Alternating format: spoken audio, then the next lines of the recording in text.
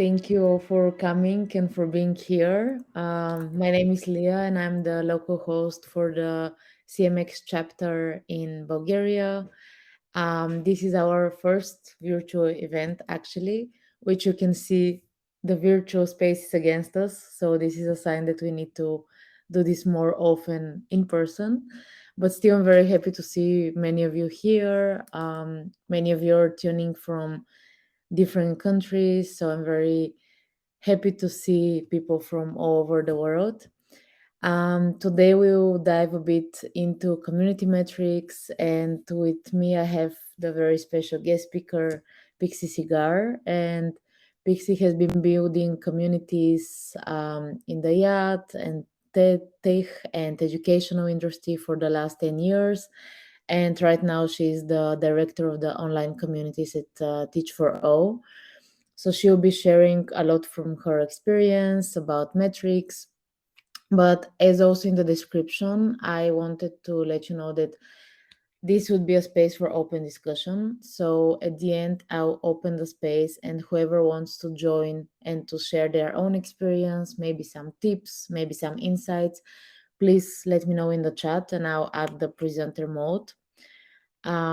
As you can see, we have some ghost modes here, so we are very cut in the screen, but still nevertheless you can always reach out and let me know and I'll add you as a presenter. And if you have any questions, you can also drop them in the Q&A section. um, and in the general chat you can just engage. I'll be checking the general chat as well. And as Pixie, as I can see, she's already quite thrilled to have you all here. So yeah, I'll just check for last time to see who can I turn off. Okay. So yeah, Pixie, thank you for being here and welcome. I hope that we'll have more space in the screen, but I'm just very happy to be seeing you here. And yeah, how are you doing today? I'm good. It's spring. I'm very excited for spring to be here, summer to be here. So it's a very happy vibe going outside now. Yeah, I can imagine. Like here it's a bit cloudy still, but you can see the spring popping up a bit. Like she's trying. It's not Yeah, still very clear, but yeah, she'll get there. She's just a bit late to the party. yeah, yeah, I'm excited exactly. about today's party because I've been really looking forward to like speak to more people about community and metrics. So I'm very happy to be here today. Yeah, me too. And thank you so much once again for joining.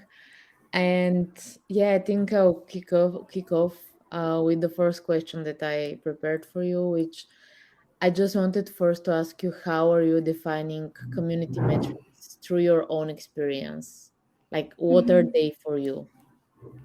Yeah, so before I go right into that, I'll give some context to everyone. Like, what are the kind of communities that I've been focusing on in the past year? So, I have worked in companies that are very corporate, very focused on numbers, sales driven. So, we'll look at data like what is the percentage of people, members who are earning money like from e-commerce company, right? So these companies and these roles I've been in had like very clear KPIs and metrics, and it was relatively easier to convert that into like my community metrics, right? And then on the other side, I worked a lot with nonprofits where it gets tricky, right? When it's when we look at community goals, it's often like, what's the impact we want to show in the world? They're very, very grand things. And it's sometimes a bit hard to connect it back into reality of your own day-to-day work of thinking like, okay, I know I want to increase access to justice or access to education, but what does that mean as me as a community builder? And I think there are like 5 areas that I'm kind of combining both sides of the table, like the very specific and very broad. And so the first one will be around I'm giving like categories, okay? Like what are the kind of categories of metrics that I look at. The first one is community operations. That's the basic, that's the easy one to start with. Essentially, how is the performance of activities that the community is doing to achieve its goals? And it's really important to highlight like it's achieving its goals, and I'll go into a bit more later of like how we're going to identify that. But these could be things like number of events, attendees. It could be split up into like engagement, onboarding. It really depends on how your community prioritize like what's important. For some communities, it may be really important to focus on the onboarding experience, but for some it's really about sharing content and giving access to information. So that's the first one, community operations. Many things can go under this. The second one will be member goals. So what are the success indicators that are important to members that aligns with why they join the community? And this is important because if somebody joins a space, no matter what reason, like what kind of space, whether it be a more corporate, startup-y, or social impact, if they're not getting what they are looking for, they will either become a ghost in this community. Like, what's the word for it? Do you remember what's the word for people who are there? Lurkers, yeah. They Yeah, either yeah, become a lurkers. lurker. I like to call them a submarine, that they're Yeah. looking but they're under the water. So they either become these submarines or they just flat out leave. Most of the time, people don't flat out leave a community because there's that anxiety of saying no, I'm going to reject this. Or more often people just forget that exists because it's not important to them. So keeping like the members goals to heart is super important. Examples, this can look like, for an e-commerce community I worked with, we looked at how can we keep increasing their sales, because the goal of the community was to help them become better e-commerce sellers because they were the sellers on our platform. So we want to know what are their sales, right? What's their month-on-month sales? Or if they join a campaign, if we're educating them about these tools, are they using these tools to increase their sales?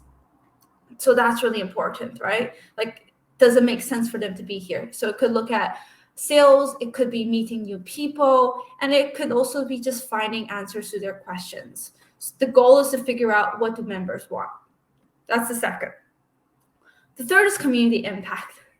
I don't have the answer to this, unfortunately. I am still figuring out. Every time I'm in a community, we're trying to figure out like, why does this community exist? Like, we know that, but how do we know it's moving towards an impact that we want to see? An impact is such a big word and it's so hard to define something. Sometimes we have the numbers that we can show. So example, like a number of peer connections, project collaboration. It could be number of alumni. So example, if your community is a time-bound community, so let's say they join a program for 2 years and this is an alumni support program. So maybe the impact is the percentage of people who went through the program and ended up working in policy or ended up starting a education technology startup. So this could be how we're looking at impact. These numbers, I think you will have some that gives you finite numbers, but then you also have broad anecdotes, like broad things that this person said how this community has supported them. So there's community impact and then there's community health.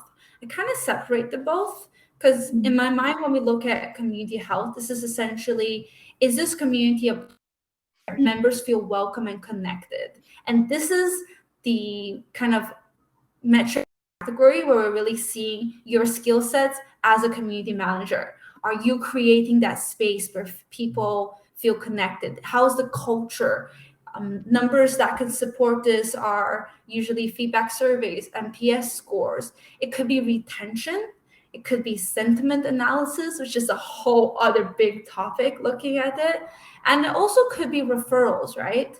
So the referrals can go under here because if a community member, if someone part of this community, they feel that their goals are being achieved, so like member goals, they're seeing the value, and they feel like this is a space where they enjoy to be and they feel value from and they enjoy other people there, they're more likely to recommend this community, whether it be a product, whether it be a program, to other people. So sometimes referrals can go under here. And the last one, and then I'll stop talking, is community leadership. When I was kind of preparing for this, I wasn't so sure if I wanted to add it to this list because in the past, I didn't really work a lot with ambassadors, and a lot of my roles didn't really depend on kind of community members being advocates. But in this role where I'm working for a nonprofit and we're really looking, we have a large community of about like, in the network, we have around 90,000 people. Within the communities, around 20,000. So those who are active, the only way for us to get those 90,000 to eventually convert into active community members is also for individual members of the community to take that leadership, right? So how is this community thriving from the leadership? This could look at like number of ambassadors or number of user generated content. It could user generated content could be either through programs that members, example, we have a lot of programs internally that two members part of the community say like, hey, I'm really interested in this book. Another one, oh cool, let's do a book club. And then it spurs out, very similar to the CMX Connect, right? Like people, they participate in CMX, they really enjoy it, and they feel like I want to bring this over. So I see that this could also be looking at what is the leadership of this community. So as a community manager, I'm often thinking about all these 5 areas, like how am I growing the leadership? How am I increasing community health, impact? Am I achieving member goals? And of course, how is my community operations going? Wow. Yeah. Thank you for this extensive introduction and sharing. I feel that it's very helpful for many of the people here, and yeah, especially because, for example, in my experience, when I started my role as community manager, I was working at this startup, and I was by myself, and it was very difficult to define the most suitable community metrics for my community, like to know which ones are the most important.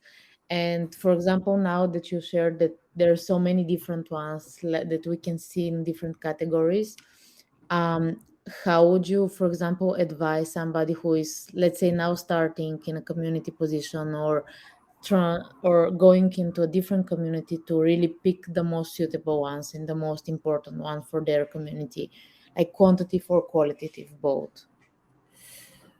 That's a bit hard. I think these 5 categories is more of how should you look at what's important in your community versus like what are things that you have to measure. It's kind of like an approach, and within that approach you decide like depending on the goals of your community and what success you want to see, then you will prioritize that because there's so many ways to collect data, to collect information, and technically that's what I hear from a lot of people. And sometimes I think I should follow. You should only really track things that you can measure and you can use.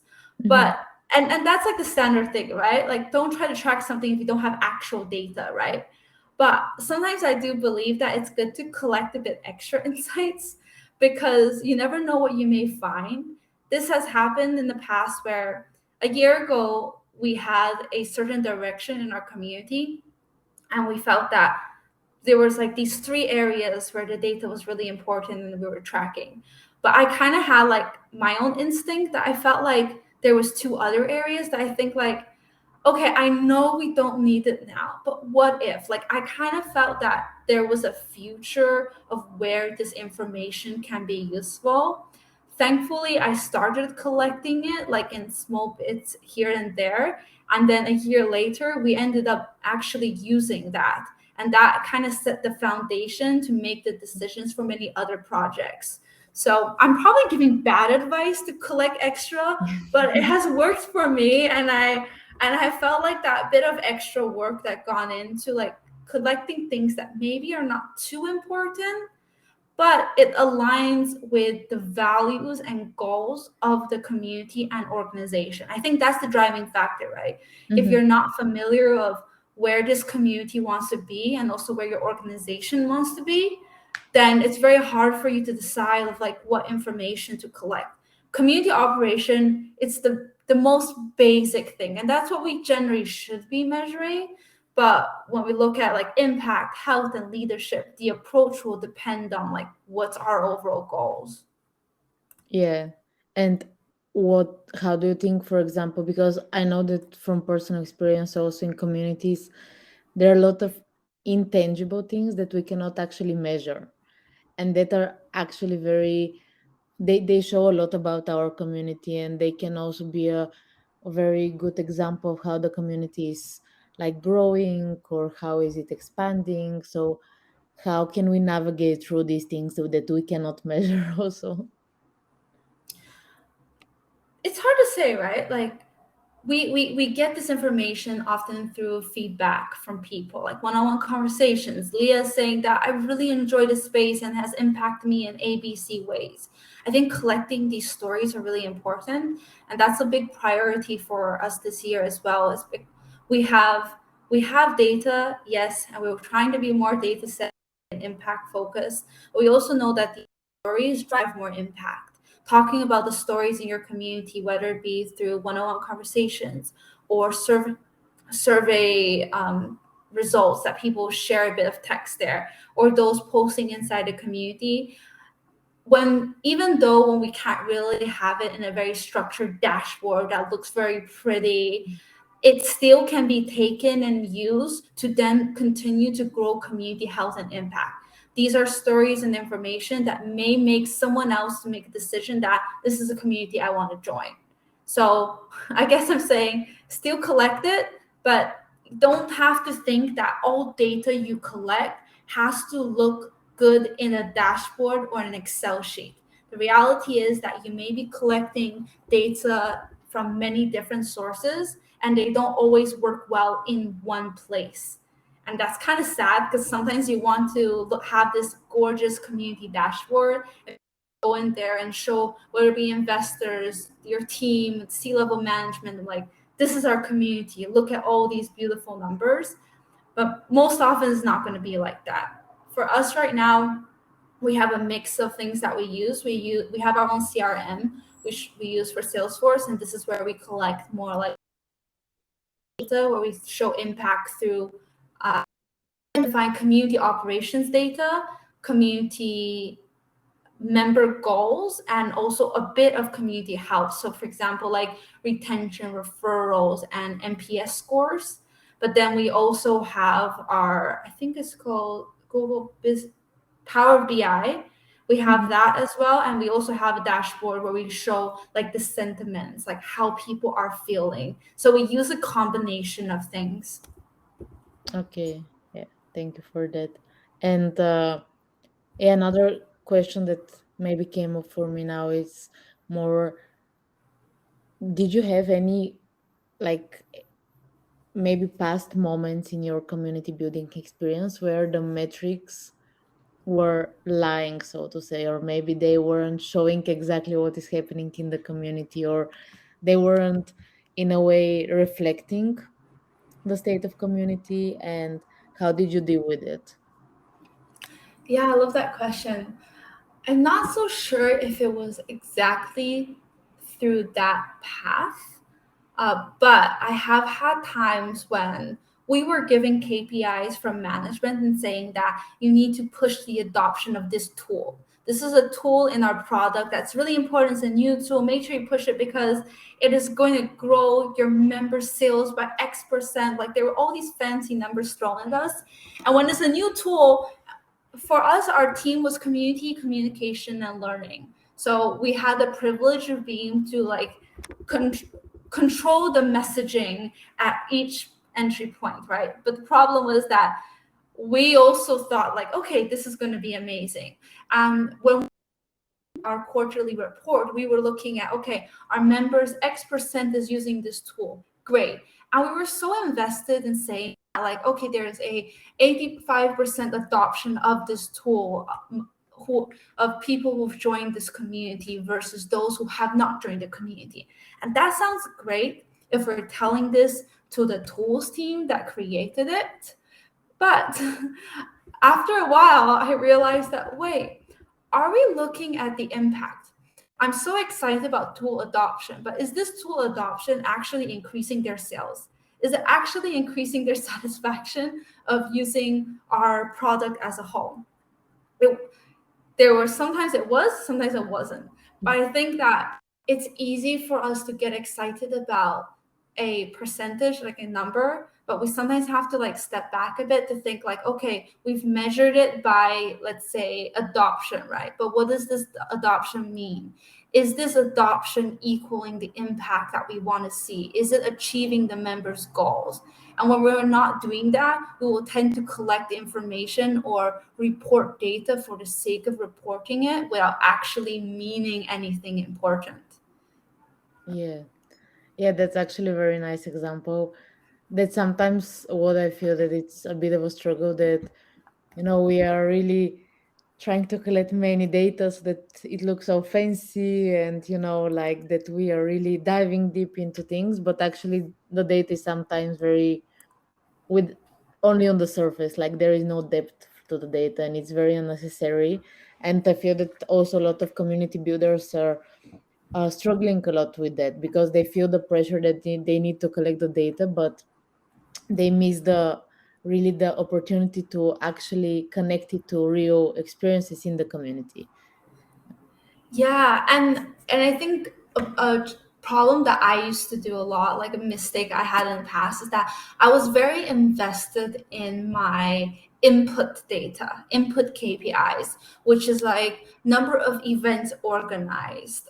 It could be attendees and all that. Like how many posts that I created. Like when in my first few years of community building, I was so proud about this information, but the thing is, like, just because you did something doesn't mean it works.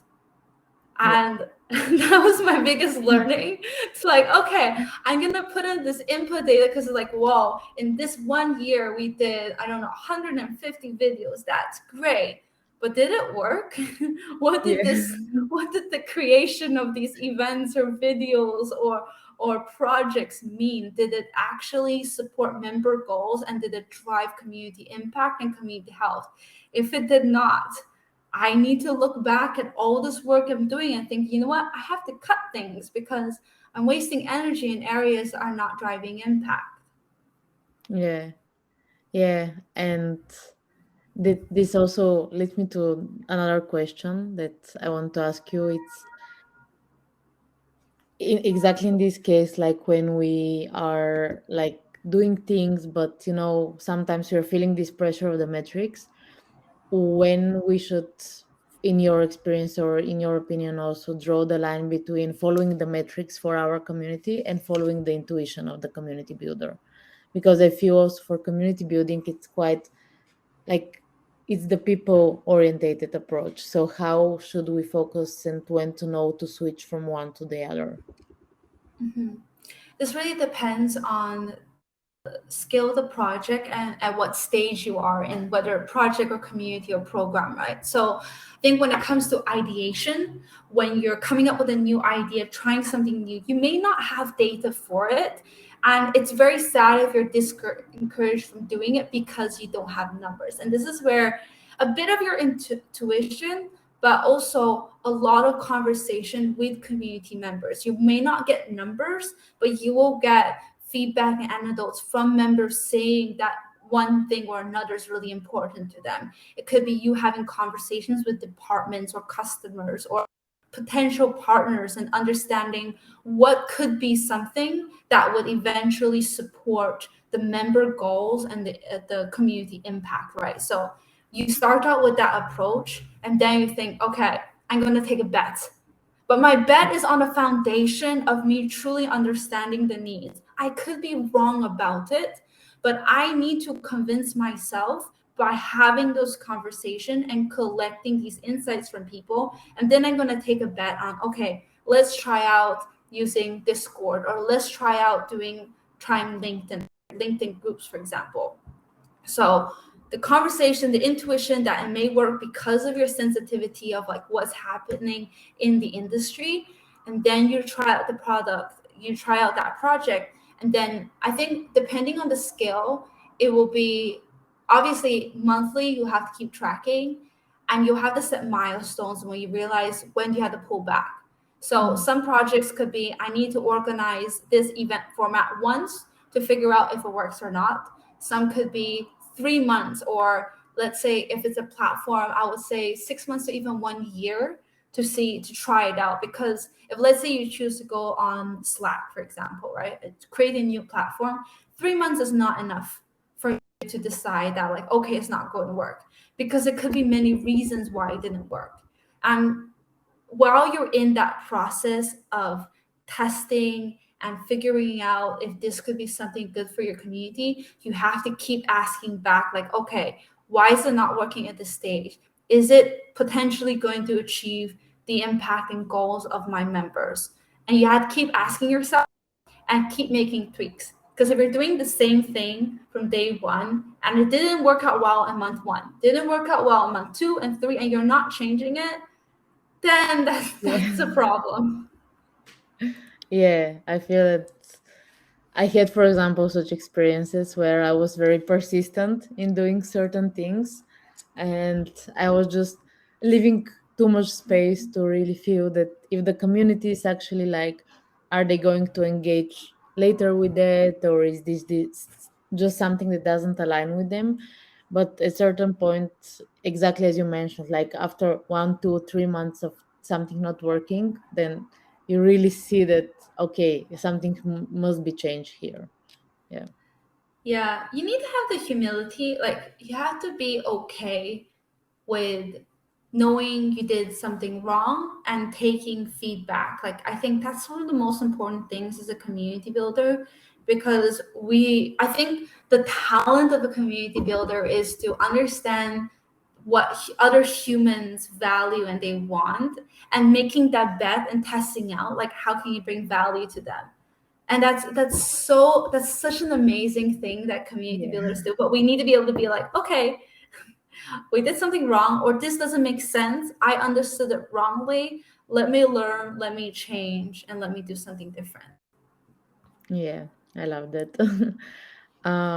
We got actually a question from Tatiana, so I'll just put it. So she asks, do communities you work with ever utilize the sense of community index survey?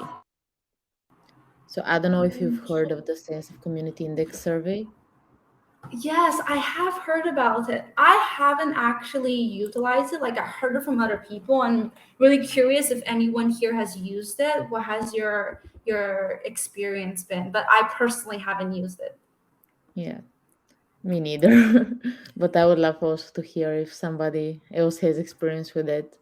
I feel that now that's also something that I see a lot in the last years is that there are a lot of new tools to measure the community like success, and also like for example frameworks and new metrics even that are coming up. So sometimes it's not able to use everything, and we really, as you mentioned, we really need to define which are the ones that we need for our community.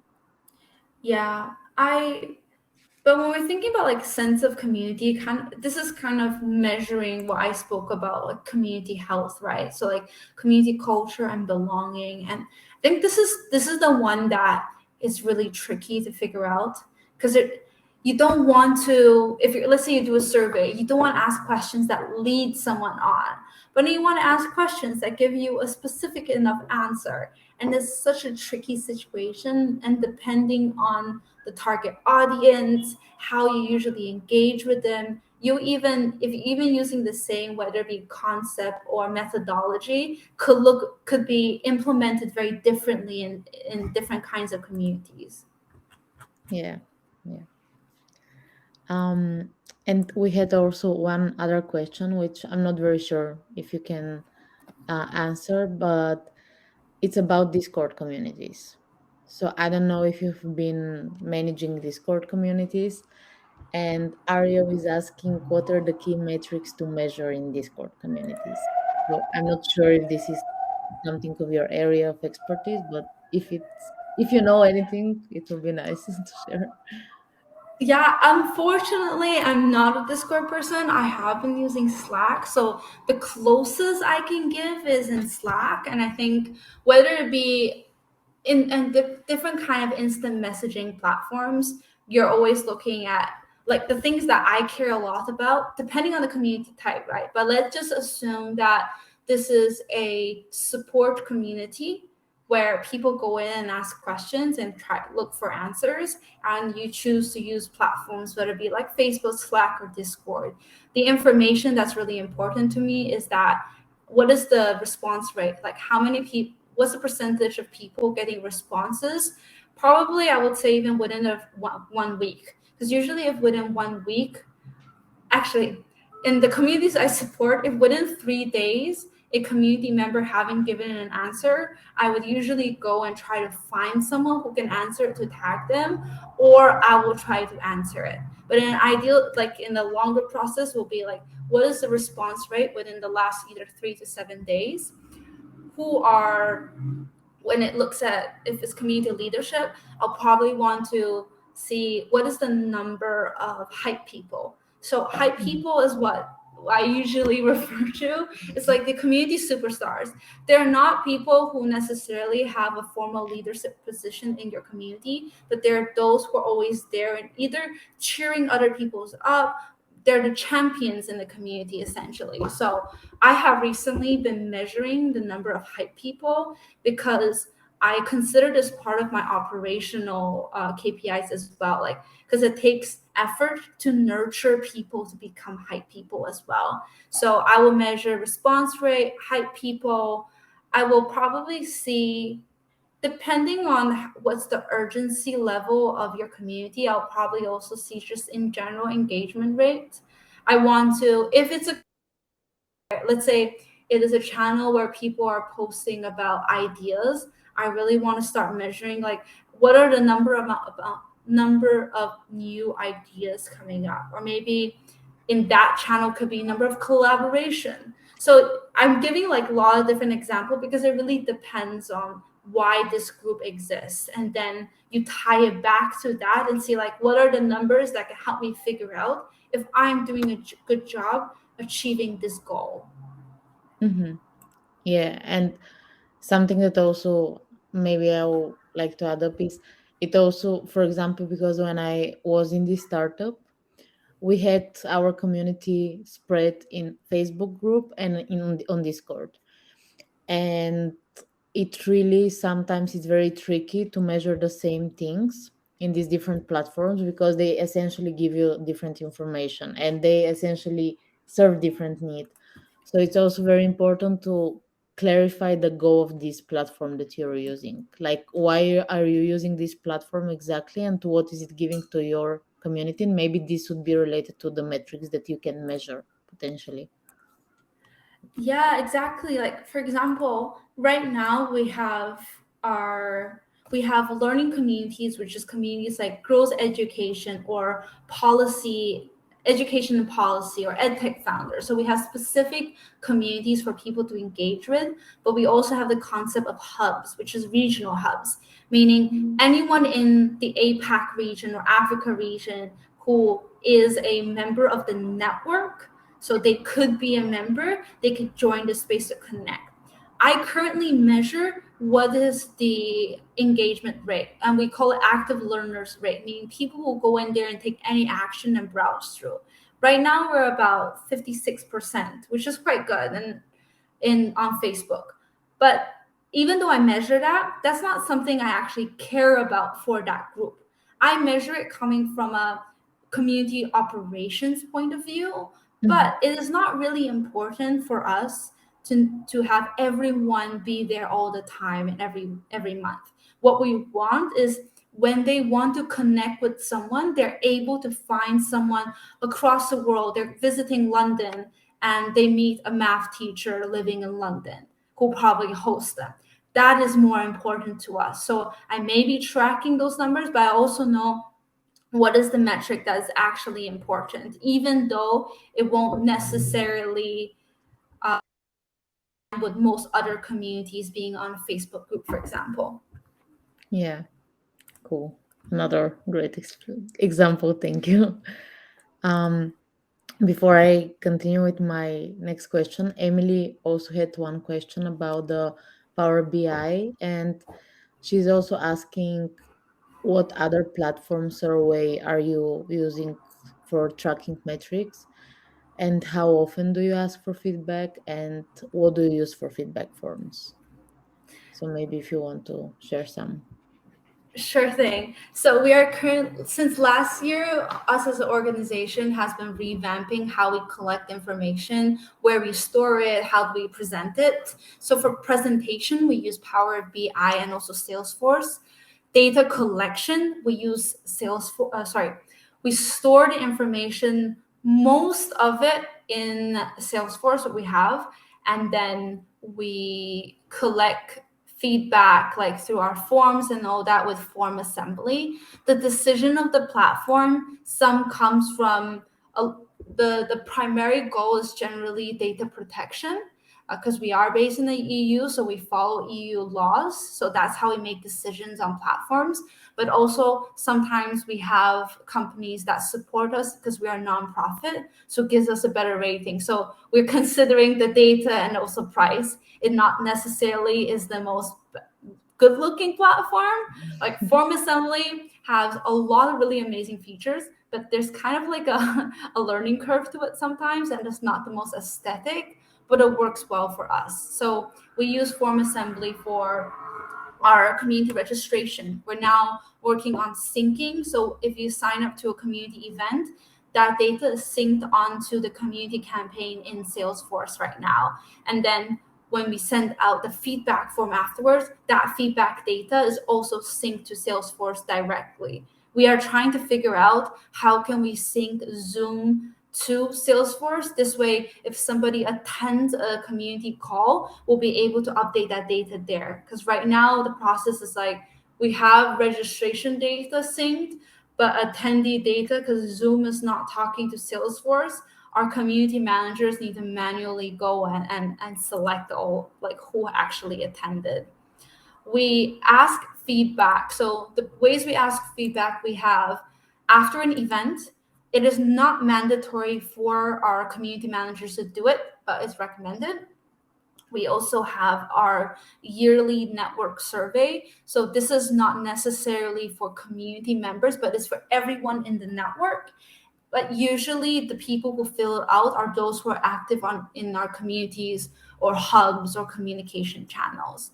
And then the third way is that what we have is our community survey, and this is very specific to like if you are part of the girls education community, how did you feel? Did you feel that this community supported your learning in the past year? How has it helped your career? Have you connected with people? So we usually ask that.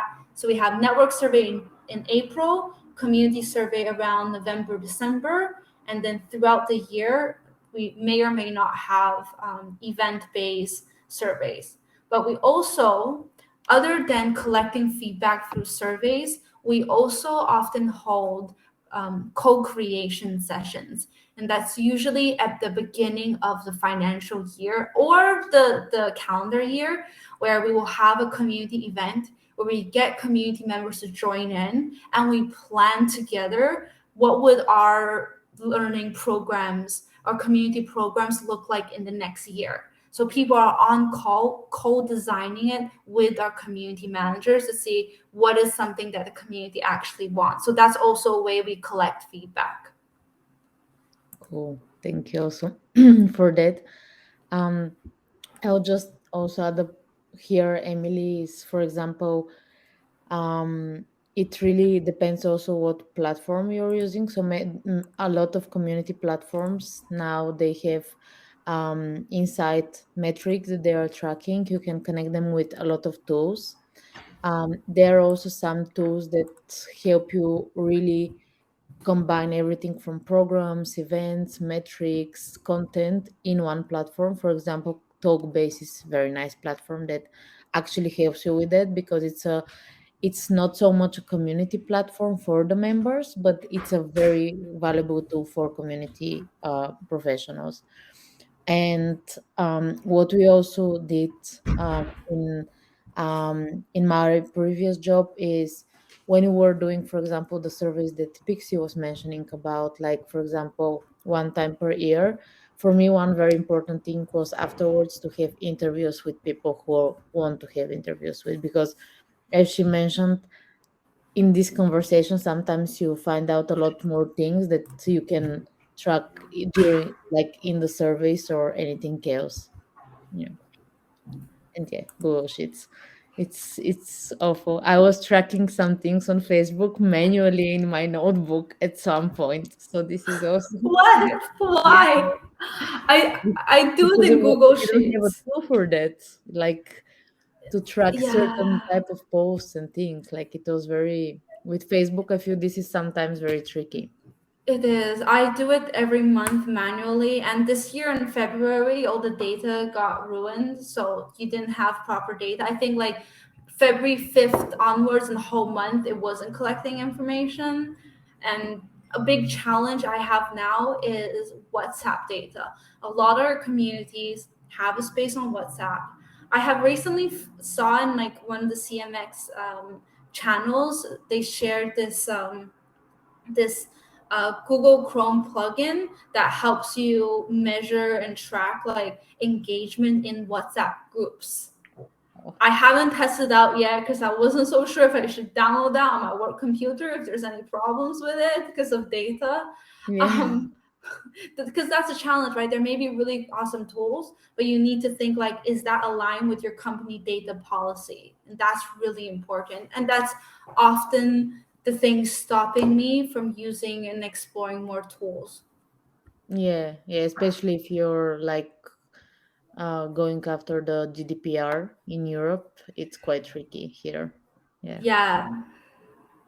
Um, cool. I just want to ask you another question before we go back to the attendees question, and I want lastly to ask you, talking a lot about the metrics and how to measure them and how to gather them and everything, how we can actually use them to show the impact of community to other departments in the organization, like, for example, to with the marketing department or customer support. Like, how do we actually do this, and how do we prove the community importance through the metrics?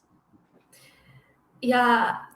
This is the moment where all of us as community managers need to enhance one our storytelling skills and secondly our communication. I think it's really about storytelling because you need to, first of all, you really have to understand, you have to be aware and fully understand the KPIs and impact that other teams want to achieve. So if I know that this the marketing team, this is the thing that they care the most about it, when I'm communicating the achievements of the community, I'm not obviously making up data, but I'm using the language they're more familiar with.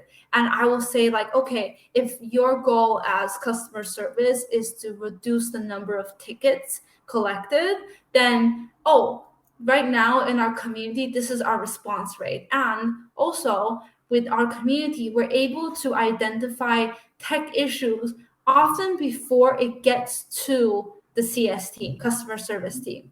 So what we often do is that we will go and alert the customer service team or the tech team way in advance, like, hey, this is something that we are seeing a pattern of. It could be a potential issue. So we will proactively go and share these with people. It doesn't always turn into something like, oh, community team, you saved the day. But what's important is that I want the other departments to see the community team as a collaborator, not a nice to have, not the people who just do Facebook Live and be extra and do events and do potlucks. Like, this is not the image I want community to have in an organization, at least the ones I work with, because oftentimes like with the layoffs we see it, right? Community is the first one going, and sometimes that is from, okay, we're going to merge departments sometimes, but it often is because if a large group of people don't have the confidence seeing that this specific team is really providing value as a company, are you providing value? If you're only providing value to the members itself, an organization sometimes will feel like there's a bit detached here. It's becoming a nice to have. It's the bonus for our customers and our members, but is this the bread and butter of how we can support our company? So I think the way to make community have a seat at the table is deeply understanding what other teams want to have and communicating how you play a role in it, because most of the time community will play a role in most of the departments, whether it be for product team when they're creating new products and they need ideas or user feedback. It could be customer service to deal with like reducing tickets, or informing community members that like, hey, our customer service team is working on this, like being transparent with them to gain trust, so their year-end survey result is not going to be horrible Yeah. where people feel, because sometimes a lot of times customers don't feel that the customer service team are humans. They think that they're robots, they're chatbot, and they don't really care about our issues. And this is where the community team can go and humanize the customer service. So like these are examples of like how we work with the different departments to make us the community team first of mind when there's a challenge and they're trying to bring in stakeholders to fix it. Yeah, I totally agree with it. And I feel this is one of the biggest responsibilities of community professionals as well, to really uh, point the value of the community to the other departments and also the management of organization, because otherwise, as you mentioned, it just stays as something that it's nice to have, but we don't actually really gain the seat on the table. And I feel that learning how to navigate through the metrics and really getting them and knowing like what is important in this exact moment according to the organization goals, it's really going to prove the value of the community. And this is like, it takes time, and it also, I feel it's very changeable, because of course the organization goals are also changing, and sometimes like this is affecting a lot the community, but it's important to also know how they are correlated as well.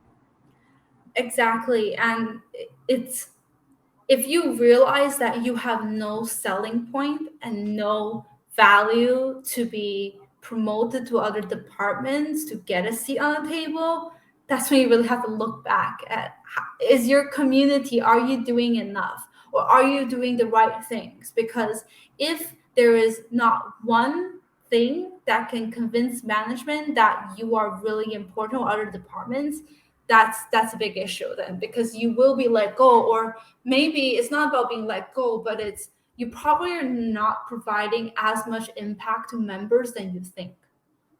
Yeah, yeah. Cool. Thank you for that. I also want again to yeah, mention to everybody who wants also to maybe come and share something from their own experience, maybe something they've seen as a pattern, or like some, I don't know, even whoopsies that were happening, or like mistakes that were making with metrics. I feel this is very yeah, very helpful for a lot of community builders. um, in the meantime, you can also like just say in the chat that you want to be invited to speak.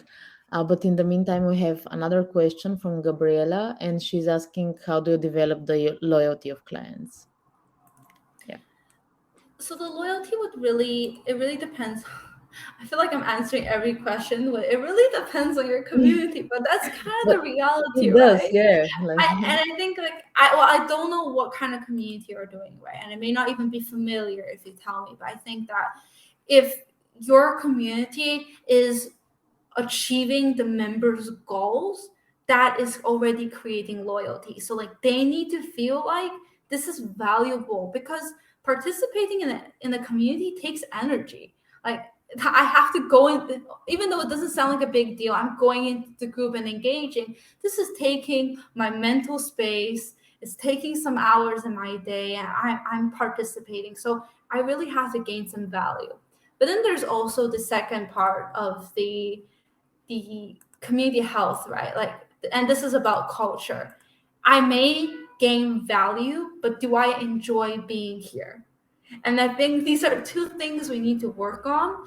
I think the value is not easy, but it is easier depending on the community than building culture, because you're building that personal side. Like, are people enjoying to be here? Do they want to connect?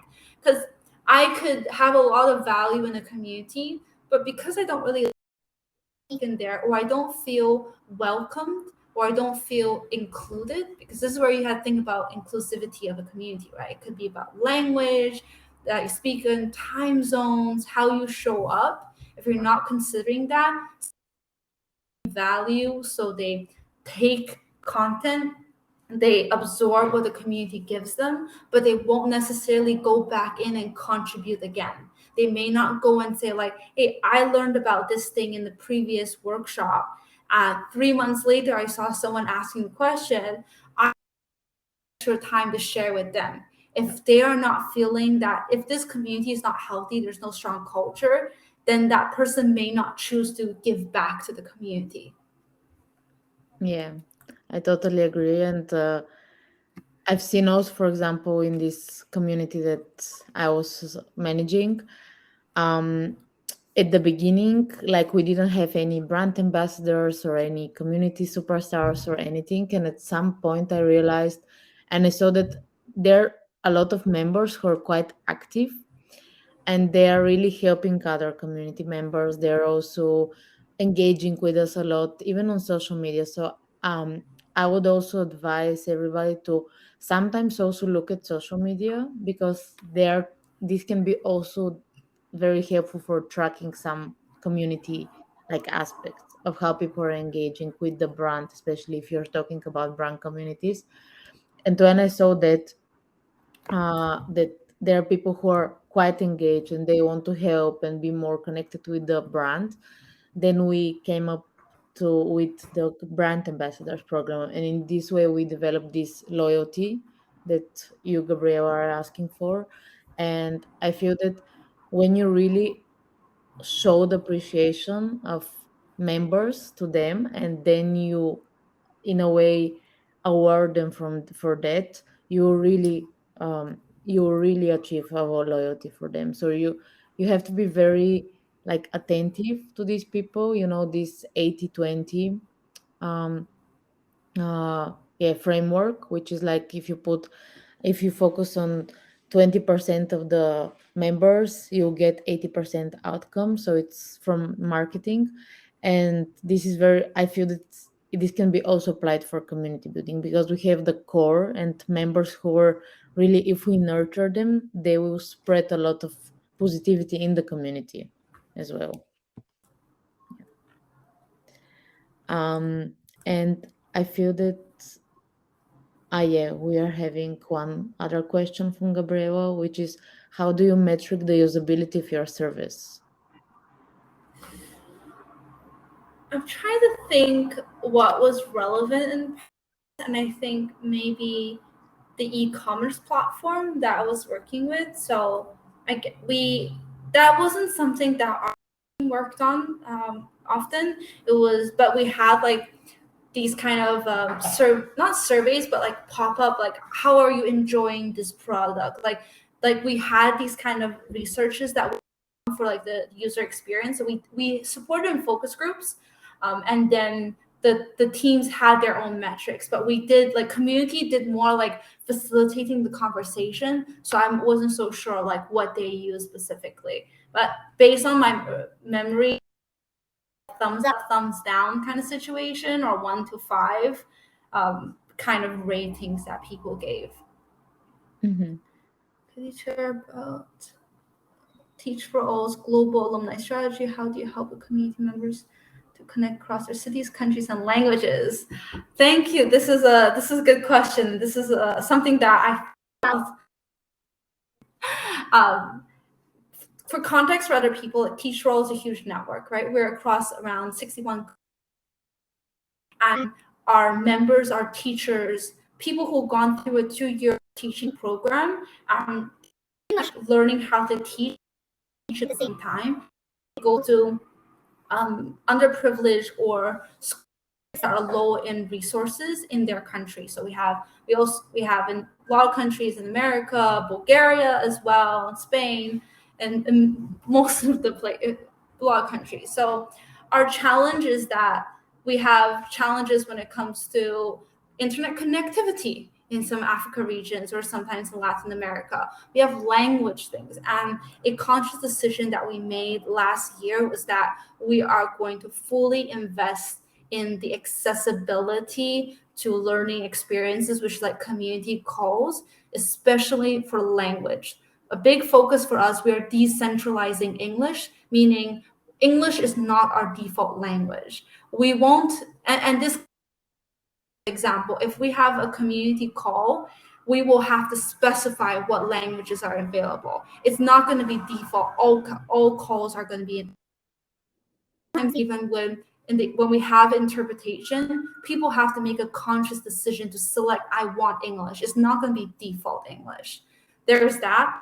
And whenever somebody joins a community call, when they register, they're able to say that I would like interpretation in, let's say, Bulgarian or Chinese or Cantonese, right? So they can select it. And even if there's only one person who wants Arabic, we will hire an interpreter to do interpretation because the inclusivity and accessibility to learning content, it is core to our goals as a network. This is something we're willing to invest money on because it's so important. And this could be a community call with like 20 people and one person wants our, we will an interpreter. So this is one thing. The second is we're increasing time zone options. So oftentimes when we have a leadership team for, let's say, girls education, we will make sure that we're recruiting people from different countries and different backgrounds, and we're able to do at least two time zones when we can, or we try to make a time zone that's more suitable for people. So these are questions we're constantly thinking of. How can we make things more accessible? How relevant and helpful for people? And obviously there's language, there's a time zone, and there's also understanding what's the target audience, right? Not all of our members are teachers. Not everyone stayed in the classroom. Some may end up going to policy, some may end up being in marketing. And we're constantly thinking, how can we still make sure that our network is providing value even if they are not officially a teacher anymore? Cool. That's so nice. I really like it with the different languages. I feel that at certain point when you have more global community, it's very necessary to think about it. I remember like that we had most of our things in English, and at certain point I realized that there are a lot of people who want to learn. For example, when we were doing workshops, but they are not so good with English. And then maybe this can be something that, for example, if your organization doesn't have resource for interpreters, to talk with the team members. If you have an international team, like what we were doing, we had people from Spain, from Italy, France, Germany, and I was asking them to be part in the workshop and to, for example, answer some questions in these languages or even lead these workshops in these languages. So it's very important to think with what resources you're like, what resources are available for you and how you can really use them in your advantage. Yeah. And also considering the learning styles of people. Not everyone wants to be on.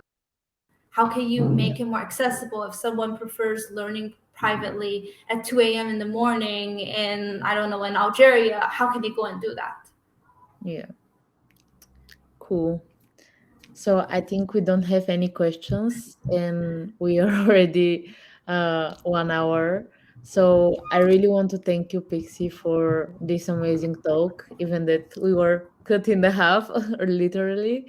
But still, it was so valuable. And I feel that, like, for also the others who are still here, it was very helpful. Um, if you want to engage in more events by CMX, you can always check the page, cmxhub.com. There are a lot of the events that CMX organizing virtually. Maybe there is a local chapter in your country or city. CMX have also Slack channel where there is a lot of useful information, and Pixie is quite active there, so she's sharing also quite very nice things from time to time. Um, and if you want to connect with me, you can do this on LinkedIn.